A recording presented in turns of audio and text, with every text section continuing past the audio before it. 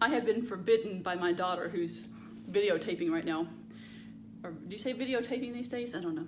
My daughter is videoing, and she has forbidden me to do the, oh, hi, I didn't see you there. So I won't say that today. I see you there. So today our objective is to differentiate between fusion and fission. At the end of this video, you're going to be able to differentiate or contrast fission and fusion. So let's go. First, we'll talk about fusion. I put arrows here to show that we're going to be putting something together. And the definition of fusion is to fuse something together or to put something together. And I'm going to go off on a rabbit trail here for a second and talk about my son Luke.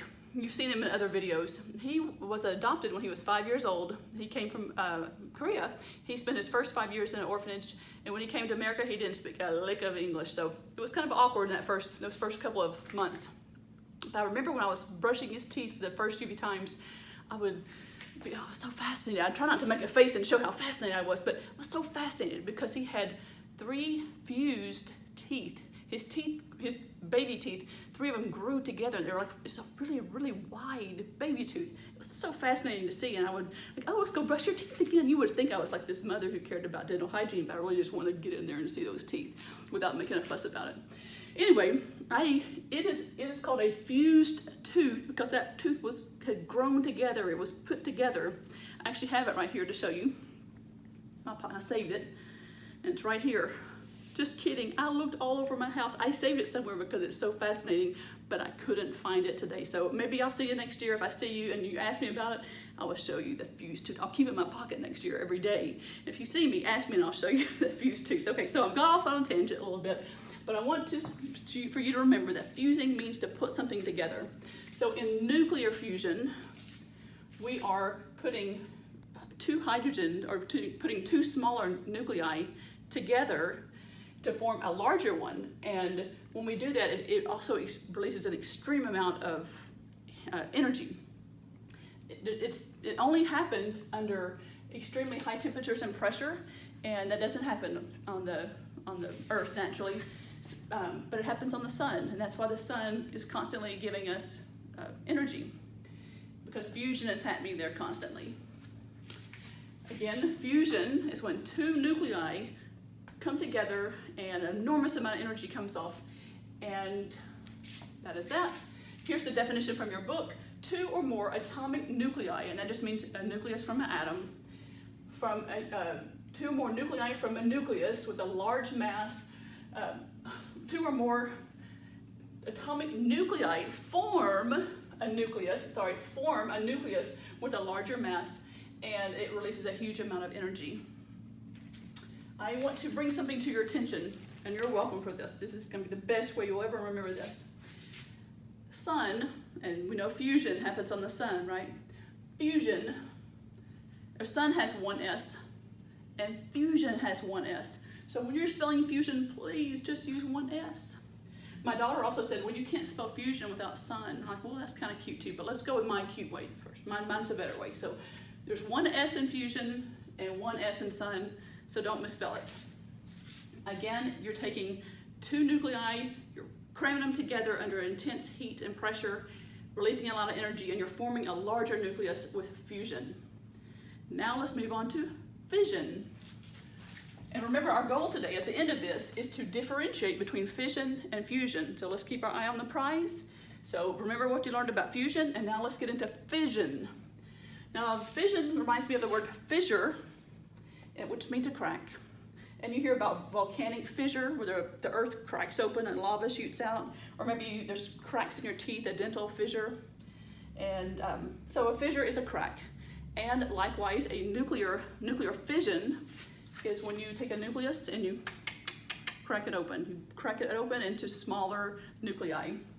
And if you want to see how smart I am and how helpful I am, you can see that when you see the word scissors, it has 2 S's together, and fusion has 2 S's together too. So you'll never misspell fission with its 2 S's because you'll remember scissors. All right, so see where I'm going with that? Okay, the definition of fission is the process of splitting a nucleus, an atomic nucleus, into 2 or more smaller masses, and also releasing a large amount of energy. So if you remember the definition up here, fusion, we're releasing a large amount of energy, and down here in fission, we're also releasing a large amount of energy. So that's one thing they have in common. They're both nuclear reactions, and they both release an enormous amount of energy. But again, with fission, we're cutting it, we're splitting the atom. Now this happens a lot in nuclear power plants. In a nuclear power plant, we take a radioactive atom, in most cases it's uranium-235, and we shoot a neutron into it. And when we shoot that neutron into this, it splits it. It cracks it open. And when it cracks it open, it breaks it down into smaller atoms. Typically it breaks it into a barium-142 or a krypton-91. In addition to these two smaller nuclei, it also shoots out 3 additional neutrons. Just like we started with a neutron shooting into this, well, as a result of this reaction, 3 new neutrons shoot out. Well, as you could probably guess, in this reactor we have more uranium-235, and these new neutrons shoot and bust open these other uraniums. When they do, they also break. We have nuclear fission here, and they break into smaller krypton and barium again. And in addition to that, we know that there's 3 new neutrons that get shot off from there. As you can see, it happens again and again and again. Every time one of these reactions occurs, an enormous amount of energy is released. So as you can guess, and just in a few reactions, we've got a big, huge problem on our hands. We have so much energy being released. So this chain reaction, this is called a chain reaction, when you have a series of repeated fission reactions that give off a neutron that starts more and more and more. And it kind of reminds me of the corona. One person gets corona, they don't know they have it, they infect 2 or 3 others, and then they don't know they have it, and they infect more, and so it grows and grows and grows. It's kind of the same thing with nuclear fission reactions. So this is called a chain reaction. And you may be asking, how do we control this? What happened? We have more and more energy created in Chernobyl, and I'm talking so much I'm getting tired, but stay with me. So at Chernobyl, this happened and it happened and it happened, and they didn't control it, and we had a meltdown. It got so hot and everything melted, right? Well, the way you can control these chain reactions in a power plant is by using these control rods. These control rods are kind of like neutron vacuum cleaners. They absorb the neutrons. When they want to slow down this reaction, they'll insert control rods into the reactor, and it will suck out neutrons. And when you eliminate neutrons, you eliminate the ability for them to start additional reactions. So depending if they want to slow the reaction down, they'll put the control rods in and suck out the neutrons. If they need to speed it up, they'll pull it out a little bit and let those neutrons do their thing and have those additional chain reactions. So that's a nuclear power plant. We use nuclear fission in a nuclear power plant. Another place we have used nuclear fission in the world are the atomic bombs. Not the best topic, but we need to talk about it. In 1945, the bombs that we dropped on Japan were products of nuclear fission, uranium and plutonium. And it was just actually a really small amount. We only used 60 kilograms of uranium on Hiroshima, and only 8 kilograms of plutonium on Nagasaki. So it's not just a little bit of uranium has catastrophic and huge amounts of energy coming from it.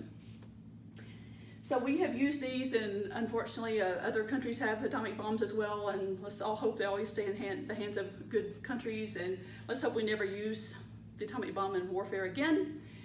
I do want to bring to your attention one other type of bomb. We talked about fusion earlier and said it doesn't happen on Earth because it takes so much temperature and pressure for it to occur. Well, we figured, as you can guess, we figured out how to make bombs using fusion nuclear reactions. Some smart scientists said, oh, on the sun they have intense heat and pressure. How can we get that? Oh, we can set off an atomic bomb with a fission reaction, and when we do that, enough heat and energy can push hydrogen together, and we can make a fusion reaction and give off an enormous amount of energy, even more energy than the fission bomb. And so Americans have tested that. We did it in 1952.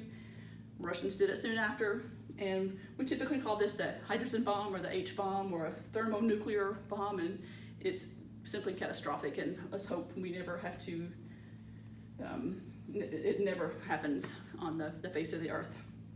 So I finished with my board. Hopefully you can come back to here and say differentiate between fusion and fission. Hopefully you know that these are both nuclear reactions, and they involve either pushing smaller nuclei together into a bigger one with fusion, or in fission we take a big one and we break it apart, and both of them release an enormous amount of energy. This happens on the sun mainly, and this happens in nuclear power plants, it happens in the atomic bomb, and we also of course use nuclear reactions in medicine as well. I have come to the end of my board, but guess what? I took the PTE and turned it around so I could do just a little bit more, so you get to have more of me, another 2 minutes. I just wanted to walk down memory lane a little bit and talk about the historical uses of these and kind of the timeline when we have used all the nuclear reactions. Over here, over the past century, we've been developing nuclear medicine. Thank goodness, it's amazing. And this through here kind of shows you that in 1957, the first nuclear power plant came to the United States. In 1978, we had the 3 Mile Island nuclear accident in Pennsylvania. In 1986, we had Chernobyl, the nuclear accident in the Ukraine. In 2011, which you actually might remember, we had the nuclear accident in Japan due to the tsunami. So we've been using nuclear energy, but we've also had our problems with it, right? Another problem that occurs with nuclear energy, as you already know, is that once we've used this radioactive material in these reactions, we have radioactive waste that we need to get rid of. And sadly, America has not figured out the best way to handle this just yet. In the past 30, 40 years, we've been thinking about possibly burying it way below the Earth's surface in the Yucca Mountain in Nevada, but of course there's pushback from people from Nevada, as you could guess, about doing that. It's also very expensive. But the idea was that all the nuclear power plants in the United States would send their waste to this place and put it underneath the ground. And that still hasn't happened yet, and it's not going to happen probably.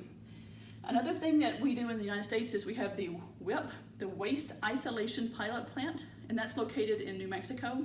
It opened around 1999, and it was closed for a brief period of time due to a small accident, but it's open now, and that's where the US government puts a lot of their waste from research and other things. So that's the government mainly uses this, and it's buried 2,000 feet. It's a shaft. I mean, they put all the waste 2,000 feet below the ground, and eventually it will be sealed up and be underneath the ground forever until it's safe again, 10,000 years from now. So we haven't figured out a solution right now. The waste that's produced at these power plants, and I think there's about 100 in the United States, the waste is being stored at those power plants. So after they use it and it's spent, they will store it on site. So we have nuclear waste stored all over the United States. So hopefully my generation or your generation will figure out a better solution on what we do, or maybe a better solution where we don't use energy with this type of waste. It actually is cleaner than, nuclear energy is actually cleaner than coal, but we'll see how that turns out. Good luck next generation to help us figure that out. Well, my last little timeline is how we've used the atomic bomb, or the history of the atomic bomb. In 1945, as you know, we dropped the 2 bombs in Japan. In 1942 and 1955, the United States and the Soviet Union developed and tested the H bomb, the hydrogen bomb, with fusion. Again, that's fission, this is fusion. And that started the Cold War and the arms race between the United States and the Soviet Union. In 1962, we had the Cuban Missile Crisis, and your grandparents actually might remember this. And it was probably the closest that the world has ever been to nuclear war, and actually setting these off and just blowing up everything. In the 1980s, we had a period of glasnost with the Russians. And glasnost in Russian means thawing. And that's why I actually was able to go to Russia in the 90s, because we were actually friends with Russia again. And now, as it relates to nuclear weapons, we just hope it doesn't get in the hands of evil people or evil country. And hopefully we can, I don't know, it's a very scary prospect to think that nuclear weapons could be in the hands of others. You would just have to kind of hope that God keeps us safe and works things out. Your exit ticket today. I've run out of room again. So I found an old poster in the back, and I have a little bit more information to talk about. Your exit ticket today from class. You've only had to watch about 20 minutes worth of videos, so you still have about 30 minutes of class, and what I want you to do is your job is to call a grandparent. Ask about their memories of nuclear energy development and the Cold War, and ask them what they remember about this, and see what kind of just get their perspective on this, because they probably they lived through this, and they might have something that's interesting to you to tell you about it. I have graciously written a chat cheat sheet, and I posted it online. If you're not comfortable talking to your grandparents, or you need some kind of starter questions, I got you covered. I got you. So I put that online if you want to look at those questions. You don't have to ask the questions that I've posted there, but there's just an idea of how to get the conversation started. On a side note, you could also use this chat cheat sheet on dates when you go on dates in the future, because sometimes it's great to already have some conversation starters already set up before you go on the date, so there's not that awkward lull in conversation. So you're welcome. You're getting dating advice and a science lesson today, 2 for 1. So after you've had your conversation with your grandparent, go to Google Classroom, write at least 1 word on the Google Classroom stream, and it can be simply a done. You can try, I'm done. Or you can write more. Tell me something maybe you learned from your grandparents about this time period. So it can be short, it can be long. I'm looking forward to seeing it. Once I see your comment there, and I see that you watched the 2 videos on Edpuzzle, I will mark you present for class for this day. I miss you guys, and I look forward to seeing you soon. We're using the honor system as far as this calling your grandparent. I'm not going to call your grandmother to make sure you called her, but just know that they will love to hear from you. And so hopefully you'll do this, and hopefully you'll enjoy it as much as they're going to enjoy it. Goodbye.